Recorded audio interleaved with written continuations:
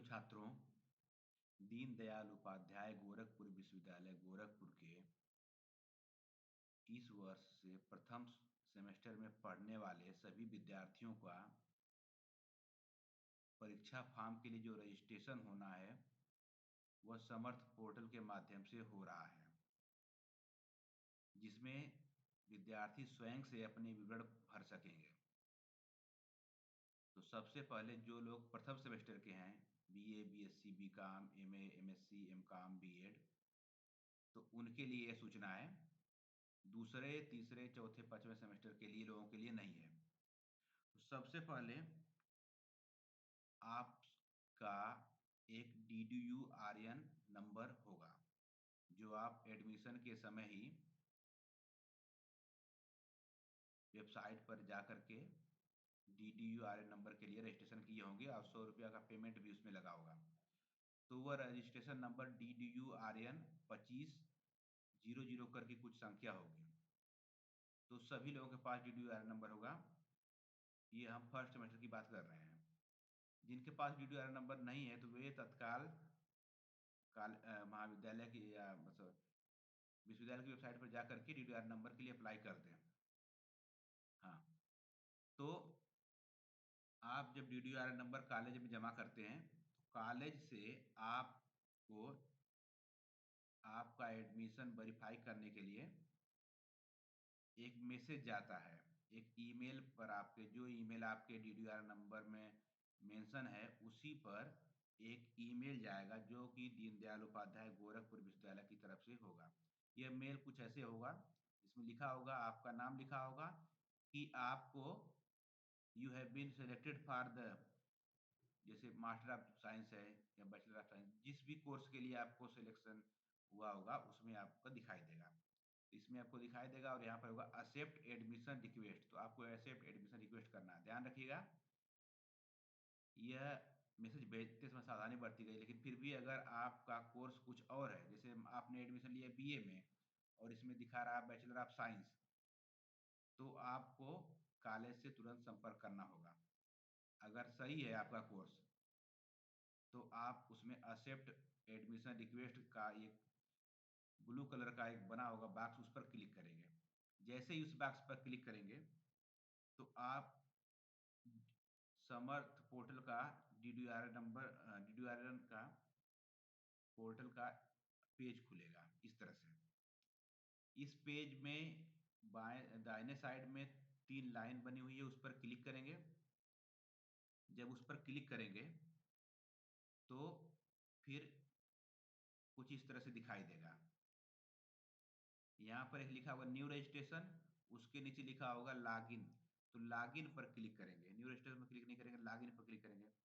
Login पर click करने के बाद फिर होगा रजिस्टर्ड, नीचे होगा रजिस्टर्ड यूजर लॉगिन, तो वहाँ पर आप अपनी ईमेल आईडी भरेंगे, वही ईमेल आईडी भरेंगे जो आपने DDU-RN नंबर रजिस्ट्रेशन करते समय भरा होगा।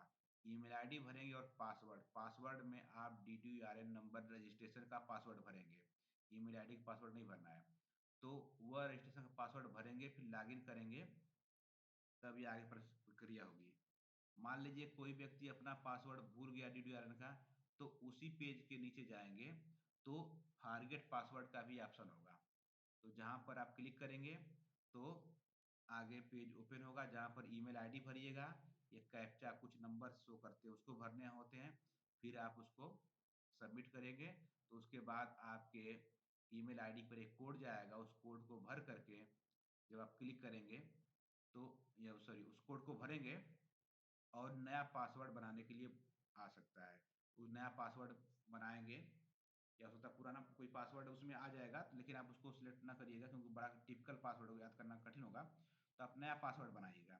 नया पासवर्ड बनाते समय कुछ कैपिटल लेटर होना चाहिए, कुछ स्मॉल लेटर होना चाहिए, कुछ स्पेशल कैरेक्टर जैसे @ हो गया, इस तरह की चीज़ें, और कुछ नंबर्स भी हों। तो इस तरह का कॉम्बिनेशन का पासवर्ड हो, जैसे किसी का नाम हो है राम, तो राम कोई 1 2 3 या जो भी कुछ आप बना सकते हैं, मैं बता रहा हूँ, तो यही नहीं बनाना है, आपको अपने मन से बनाना है। तो पासवर्ड बनाएँगे, कुछ उसमें पहला लेटर या कोई लेटर कैपिटल भी कर सकते हैं, कुछ स्मॉल लेटर, कुछ स्पेशल कैरेक्टर, उसके बाद जो है अ, नंबर्स भी होंगे। तो इसको बनाने के बाद फिर से आप इसी पेज पर जा कर के इसी पेज पर जा कर के फिर से आप लॉगिन करेंगे। अगर बाय द वे आपको ये पेज नहीं मिल पा रहा है, तो आप फिर से अपने ईमेल आईडी पे जाइए, जहाँ पर आपको मैसेज आया था कि आपको ये कोर्स मिला है। एक्सेप्ट एडमिशन रिक्वेस्ट फिर से जब क्लिक करेंगे, तो फिर आपको यही पेज खुलेगा। फिर 3 लाइन पर क्लिक करिएगे। 3 लाइन पर क्लिक करने के बाद फिर नीचे आएँगे, लॉगिन का ऑप्शन होगा। लॉगिन में अपना ईमेल आईडी भरेंगे।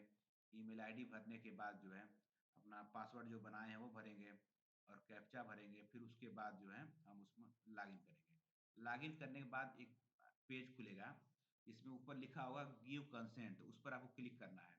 अगर आपको गिव कंसेंट नहीं दिखाई दे रहा है, तो ऊपर दाहिने तरफ 3 लाइन पर क्लिक करिएगा, तो उसे दिखाई दे, नहीं तो फिर नीचे प्रोफाइल में क्लिक करिएगा या सबसे नीचे जाएँगे पेज के तो होम लिखा होगा, उस पर क्लिक करेंगे, तो फिर ये ऊपर दिखाई देने लगेगा गिव कंसेंट।